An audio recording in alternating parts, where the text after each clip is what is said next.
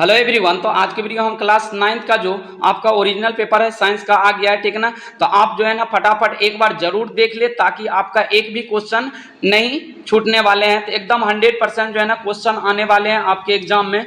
तो चलिए हम वीडियो को स्टार्ट करते हैं और सारा क्वेश्चन हम देख लेते हैं साइंस का। देखिए यहाँ पे आपका एनुअल एग्जाम 2025 का क्वेश्चन है, ठीक है ना। तो आप लोग फटाफट का जो है ना साइंस का एक बार रिविजन कर लीजिए ताकि आपका एक भी क्वेश्चन नहीं छूटने वाले हैं। तो चलिए हम वीडियो को स्टार्ट कर रहे हैं और सारा क्वेश्चन देख लेते हैं। देखिए आपका जो है ना क्लास 9th का क्वेश्चन है सारा। देखिए आपको 80 क्वेश्चन में जो है ना मात्र आपको 40 क्वेश्चन ही बनाना है, ठीक ना। तो आप जरूर देख के जाएं, इससे सारा क्वेश्चन जो है ना आपसे बनेंगे। पूरा जो है ना हम इसको डिस्कस करने वाले हैं। तो चलिए सारा क्वेश्चन हम देख लेते हैं इसका। देखिए यहाँ पे एक में है क्या, ऊर्जा का एसआई मात्रक क्या होता है। तो ऊर्जा का एसआई मात्रक क्या हो जाता है, जूल हो जाता है। ऊर्जा रहे या कार्य रहे, ठीक ना। तो कार्य की भी एसआई मात्रक क्या होता है, जूल ही होता है। आपको देखिए 2-4 जो है ना मैन याद रख लेना है आपको। जैसे विद्युत धारा का पूछ दे तो विद्युत धारा का होता है एम्पियर। उसके बाद आवेश का पूछ दे तो कूलम। उसके बाद हो गया आपका यहाँ से विद्युत विभव का पूछे तो वोल्ट, विभवांतर का पूछे तो यहाँ से वोल्ट हो जाता है, ठीक ना। तो आपको जो है ना ये सब सारा पॉइंट याद रखते जाना है ताकि आपके जो है ना आगे काम आने वाले हैं। अगला देखिए आगे क्या है, निम्नलिखित में कौन आधारी राशि है, ठीक ना। तो आधारी राशि क्या हो जाते हैं, तो देखिए मूल्य राशि जो है ना टोटल 7 होते हैं। कितने होते हैं, 7, जिनमें कि एक समय भी आता है इसमें, ठीक ना। तो आपका जो है ना सी नंबर करेक्ट हो जाएंगे। चलिए अगला क्वेश्चन हम देख लेते हैं। अगला क्वेश्चन है क्या आपका, 1 मीटर बराबर होता है। तो बता दीजिए 1 मीटर बराबर कितने होते हैं, तो 10⁻³ किलोमीटर के इक्वल हो जाते हैं, ठीक ना। तो ऑप्शन नंबर जो है ना आपका बी करेक्ट हो जाएगा। यही पूछेगा 1 माइक्रोमीटर इक्वल टू कितना होता है। तो 1 माइक्रोमीटर इक्वल टू जो हो जाता है ये क्या होता है, 10⁻12 यहाँ से हो जाता है, ठीक ना। तो चलिए यदि नैनो पूछे ना, नैनो हो जाता है आपका कितना, यहाँ से हो जाएगा 10⁻⁹, ठीक ना। चलिए अगला क्वेश्चन हम देख लेते हैं। अगला क्वेश्चन है क्या, निम्नलिखित में कौन अदिश राशि है। तो देखिए अदिश पूछा है, ठीक ना। तो अदिश क्या चला जाएगा, त्वरण तो सदिश है, विस्थापन, उसके बाद वेग, चाल। तो आपका डी नंबर जो है ना आपका करेक्ट हो जाएगा, चाल हो जाएगा क्या, अदिश राशि हो जाएगा, ठीक ना। चलिए अगला क्वेश्चन देख लेते हैं। देखिए अगला क्वेश्चन है क्या, त्वरण का एसआई मात्रक क्या होता है। तो त्वरण का एसआई मात्रक होता है मीटर पर सेकेंड स्क्वायर होता है। तो ये चीज एकदम ध्यान रखिएगा बढ़िया से। त्वरण का एसआई मात्रक पूछे तो मीटर पर सेकेंड स्क्वायर। यदि चाल का पूछे ना तो चाल का हो जाता है आपका मीटर पर सेकेंड हो जाता है। उसके बाद लंबाई का मीटर हो जाता है, समय का सेकेंड हो जाता है। तो ये सब का जो है ना एसआई मात्रक बढ़िया से याद रख लीजिएगा। अगला क्वेश्चन है क्या, देखिए वेग, विस्थापन तथा समय में क्या संबंध है। तो हम जानते हैं क्या, वेग बराबर हो जाता है विस्थापन बटे समय हो जाता है, ठीक ना। तो ऑप्शन नंबर जो है ना आपका ए करेक्ट हो जाएगा एकदम 100%। चलिए अगला क्वेश्चन हम देख लेते हैं। आगे क्वेश्चन है क्या 7 में, देखिए एम, यहाँ से किसी एम द्रव्यमान की वस्तु जिसका वेग भी है का संवेग होगा। तो हम जानते हैं क्या, P बराबर जो हो जाता है आपका यहाँ से P बराबर mv हो जाता है, ठीक ना। आपका मोमेंटम क्या हो जाता है, P बराबर mv हो जाता है, ठीक ना। इसको ध्यान रखिएगा। तो आपका ऑप्शन नंबर जो है ना सी करेक्ट हो जाएगा।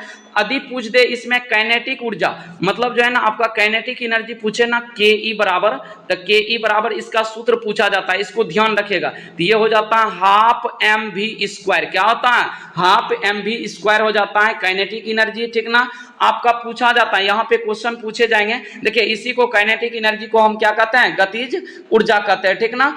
आपका यदि यहाँ पे पूछे स्थितिज ऊर्जा इक्वल टू पूछ दे, यहाँ से देखिए यदि आपको आंतरिक ऊर्जा पूछे ना तो आंतरिक ऊर्जा हो जाता है आपका क्या, आंतरिक ऊर्जा बराबर होता है kinetic energy plus potential energy, ठीक ना। इसको ध्यान रखना है, मतलब गतिज ऊर्जा प्लस स्थितिज ऊर्जा। चलिए अगला क्वेश्चन हम देख लेते हैं।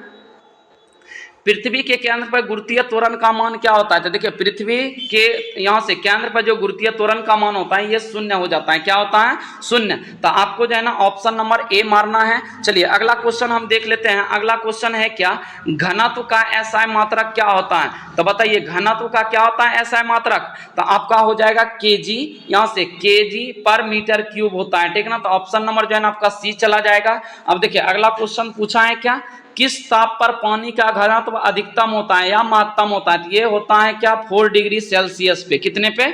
4 डिग्री सेल्सियस पे होते हैं, ठीक ना, इसको ध्यान रखिएगा। चलिए अगला क्वेश्चन हम देख लेते हैं। देखिए यहां से पूछा है क्या, संपीड़ित कमानी से धारित, तो यहां से धारित ऊर्जा क्या होती है? तो इसमें पूछा है स्टोर्ड एनर्जी पूछा है, ठीक ना। तो आपको जो है ना आप पूछा है जैसे कि इन कंप्रेस्ड स्प्रिंग इज, क्या होता है जब हम एक स्प्रिंग को मतलब जो है ना पूरा खींचते हैं तो उसको उसमें कौन सी एनर्जी होती है? ये होती है स्थितिज ऊर्जा, ठीक ना। तो ऑप्शन नंबर जो है ना आपका सी करेक्ट हो जाएगा, मतलब जिसको हम इंग्लिश में बोलेंगे पोटेंशियल एनर्जी, ठीक ना। चलिए अगला क्वेश्चन हम देख लेते हैं। अगला क्वेश्चन 12 नंबर में है क्या, पृथ्वी तल से h ऊंचाई पर m द्रव्यमान की वस्तु की स्थितिज ऊर्जा है, तो क्या हो जाएगा? जल्दी बता दीजिए आप लोग फटाफट इसका। तो ये हो जाएगा आपका क्या, mgh हो जाएगा। क्या हो जाएगा? mgh हो जाएगा। चलिए अगला क्वेश्चन हम देख लेते हैं। देखिए आपका अगला क्वेश्चन आ जाएंगे, यहाँ से क्या बता रहे थे, पृथ्वी के तल से, हाँ ठीक है, mgh हो जाएगा। उसके बाद आगे हम बढ़ जाते हैं। देखिए कार्य का SI मात्रक क्या होता है? तो कार्य का SI मात्रक अभी जस्ट हम यहाँ से देखे थे, क्या कार्य का SI मात्रक क्या होता है? जूल हो जाता है, ठीक ना। आपको ऊपर में दिया हुआ था ऊर्जा का SI मात्रक, तो ऊर्जा का भी जूल होता है और कार्य का भी SI मात्रक क्या होता है? जूल ही होता है। यदि प्रतिरोध का पूछे तो ओम हो जाएगा, एम्पियर पूछेगा किसका है मतलब SI मात्रक, ये हो जाएगा आपका विद्युत धारा का। तो ये सब सारा पॉइंट याद रखते चलिएगा आप। अगला क्वेश्चन देखिए, अगला क्वेश्चन है क्या, निम्नलिखित में कौन तरंग दैर्घ्य का SI मात्रक है? तो तरंग दैर्घ्य का SI मात्रक जो होता है ये होता है एंगस्ट्रॉन होता है। क्या होता है? एंगस्ट्रॉन हो जाता है। तो ऑप्शन नंबर जो है ना आपका सी करेक्ट हो जाएगा। चलिए अगला क्वेश्चन हम देख लेते हैं। देखिए क्वेश्चन नंबर आगे क्या है 15 में, कि ध्वनि तरंग गमन कर सकती है, तो ये किसमें करती है? जल्दी बता दीजिए। देखिए सिर्फ ठोस में, सिर्फ तरल में, सिर्फ गैस में, तो बताइए ध्वनि, इनमें से सभी हो जाएगा, ठीक ना। तो ऑप्शन नंबर जो है ना आपका डी करेक्ट हो जाएगा, इनमें से सभी। चलिए अगला क्वेश्चन हम देख लेते हैं। अगला क्वेश्चन है क्या, देखिए 16 में क्वेश्चन है, दो क्रमिक संपीड़न के बीच की दूरी क्या होता है? तो 2 लैम्डा के इक्वल होता है, ठीक ना। आपको याद रखना है 2 लैम्डा के इक्वल हो जाएगा। तो ऑप्शन नंबर जो है ना आपका डी करेक्ट हो जाएगा। चलिए अगला क्वेश्चन हम देख लेते हैं। देखिए 17 में है क्या आपका, कि संवेग p एवं गतिज ऊर्जा k में क्या संबंध है? तो आपको पता होगा क्या कि यहाँ से हम अभी जस्ट बताएं, काइनेटिक एनर्जी बराबर हो जाता है 1/2 mv² हो जाता है, ठीक ना।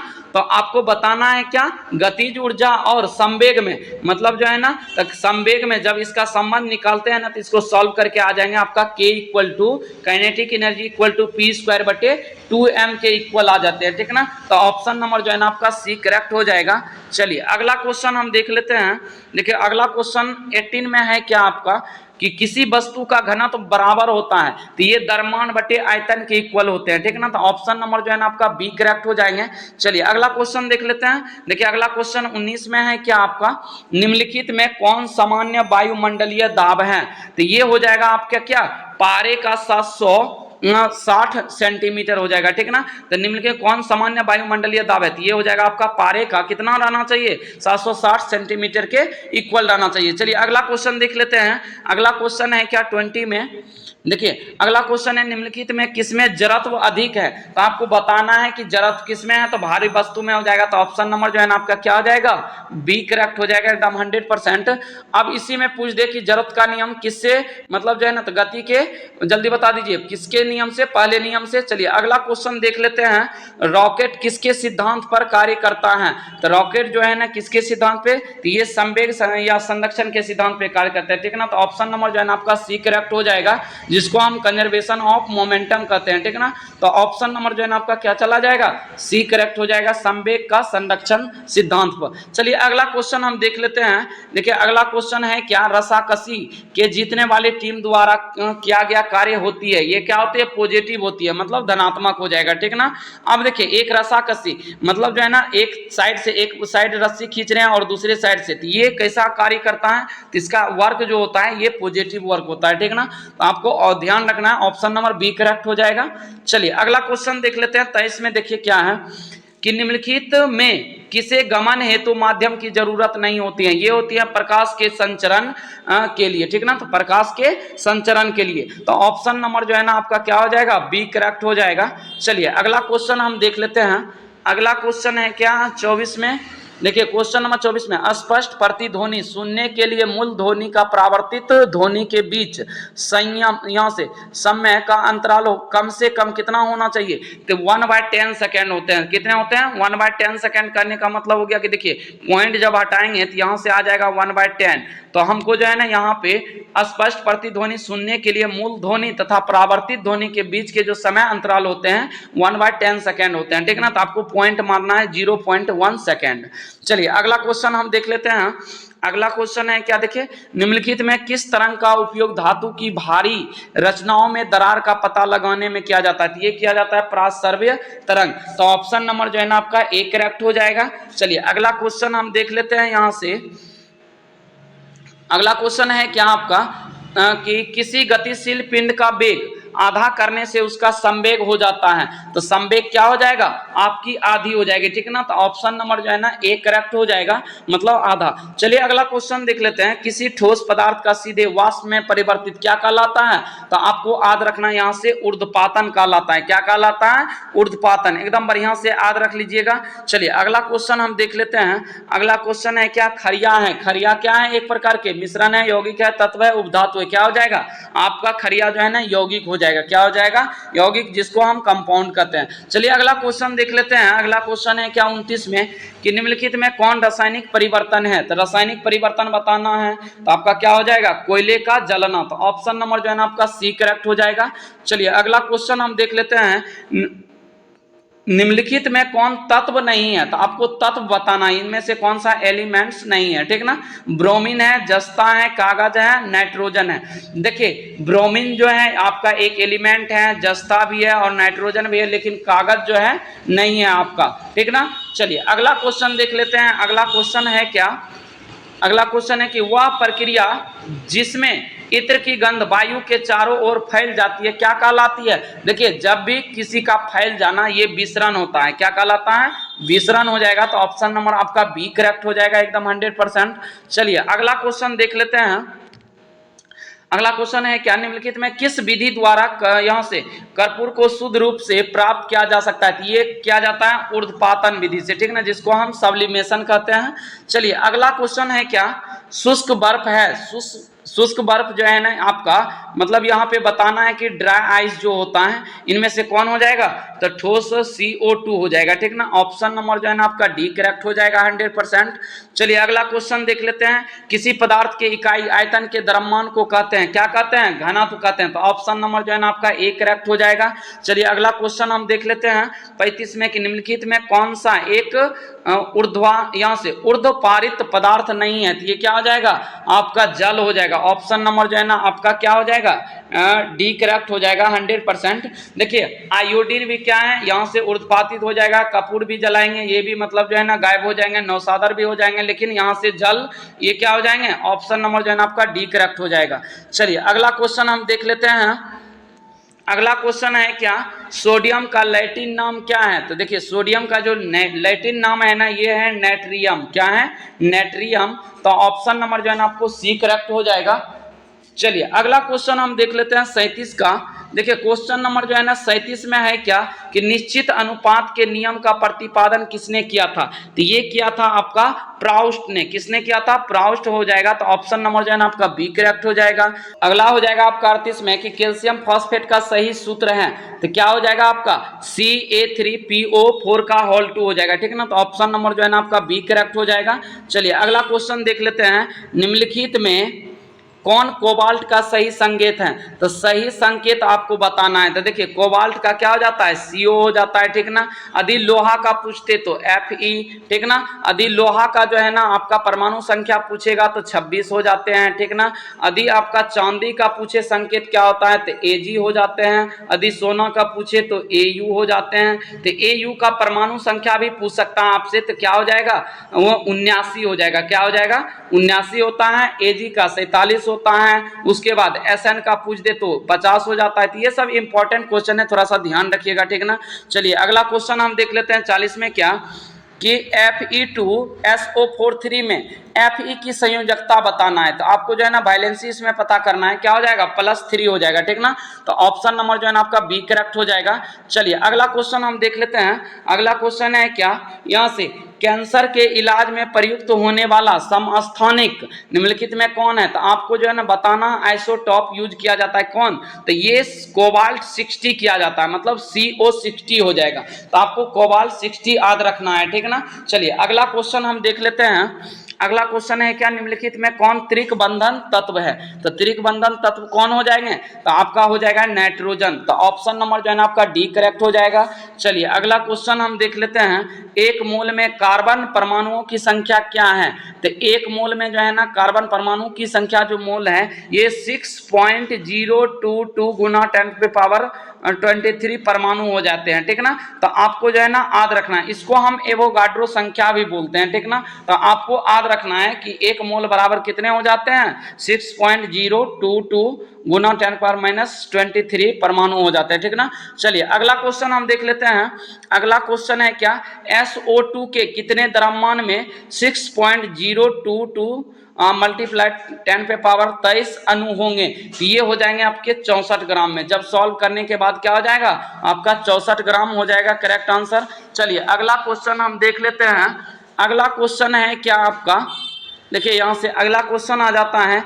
कैल्शियम कार्बोनेट CaCO3 में कैल्शियम की प्रतिशत मात्रा बताना है। तो आपका जो है ना प्रतिशत मात्रा 40 हो जाएगा। कितना हो जाएगा? जब इसको सॉल्व करेंगे तो कितना आ जाएंगे? 40 आंसर आ जाएंगे। चलिए अगला क्वेश्चन देख लेते हैं। निम्नलिखित में कौन से अम्ल वर्षा में पाए जाते हैं? देखिए सल्फ्यूरिक अम्ल है, नाइट्रिक अम्ल है, नाइट्रस अम्ल है, उसके बाद इनमें से सभी। तो आपका डी करेक्ट चला जाएगा, इनमें से सभी। चलिए अगला क्वेश्चन हम देख लेते हैं। अगला क्वेश्चन है क्या?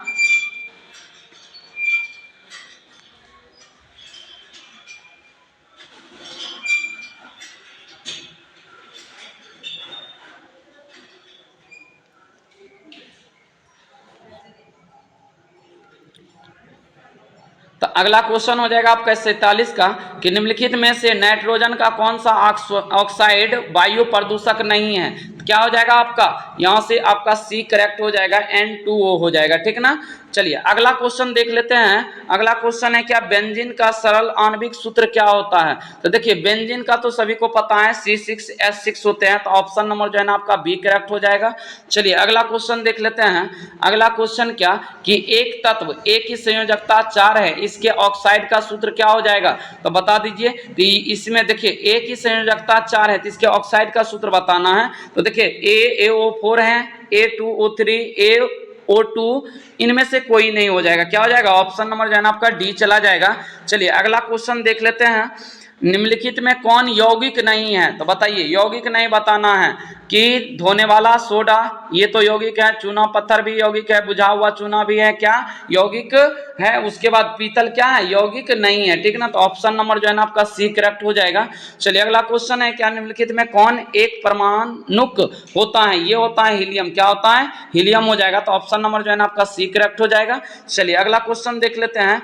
अमोनिया के अणु में उपस्थित तत्व है। तो अमोनिया के अणु में उपस्थित कौन सा तत्व है?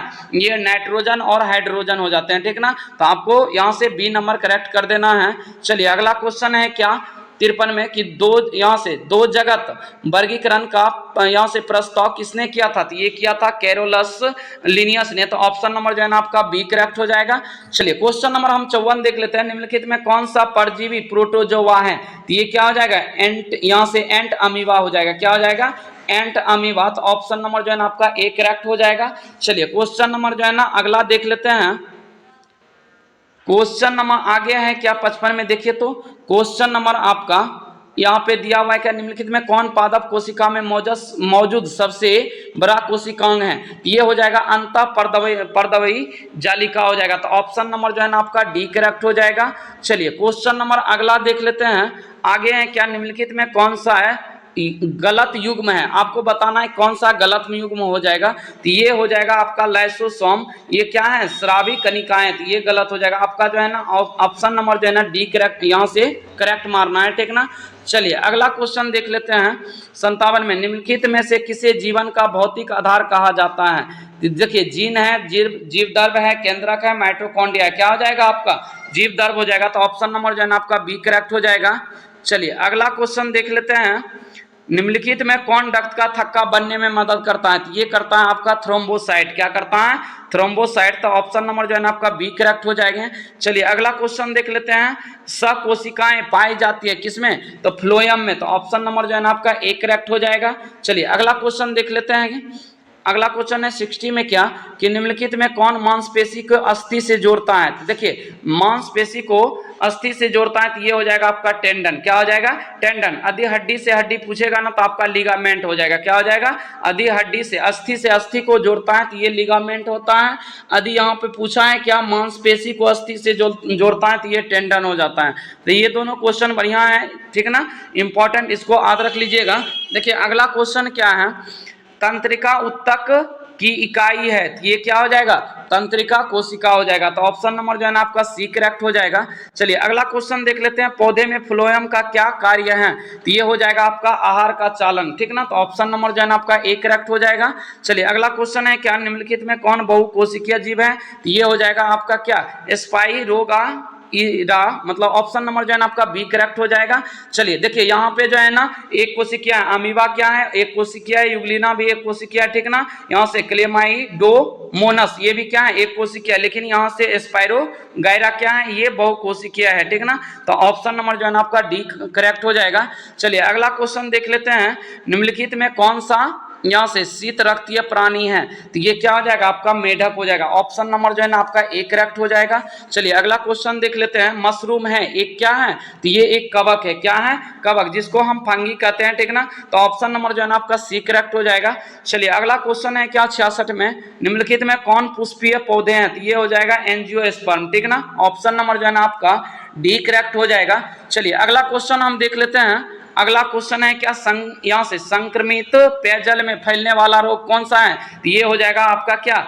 टेटनस है, हेपेटाइटिस है, मलेरिया है, मोटापा है। क्या हो जाएगा आपका? हेपेटाइटिस। तो ऑप्शन नंबर जो है ना आपका बी करेक्ट हो जाएगा। चलिए क्वेश्चन नंबर 68 में है क्या ऐसे रोग जो बहुत समय तक बने रहते हैं कहलाते हैं दीर्घकालिक कहलाते हैं? क्या कहलाते हैं? यहाँ से दीर्घकालिक, जिसको हम इंग्लिश में कहेंगे क्या? क्रोनिक कहेंगे, ठीक ना। चलिए अगला क्वेश्चन देख लेते हैं। पाश्चर का टीका किस रोग के लिए इलाज के लिए दवा है? ये बता दीजिए फटाक से। ये हो जाएगा आपका हाइड्रोफोबिया, ठीक ना।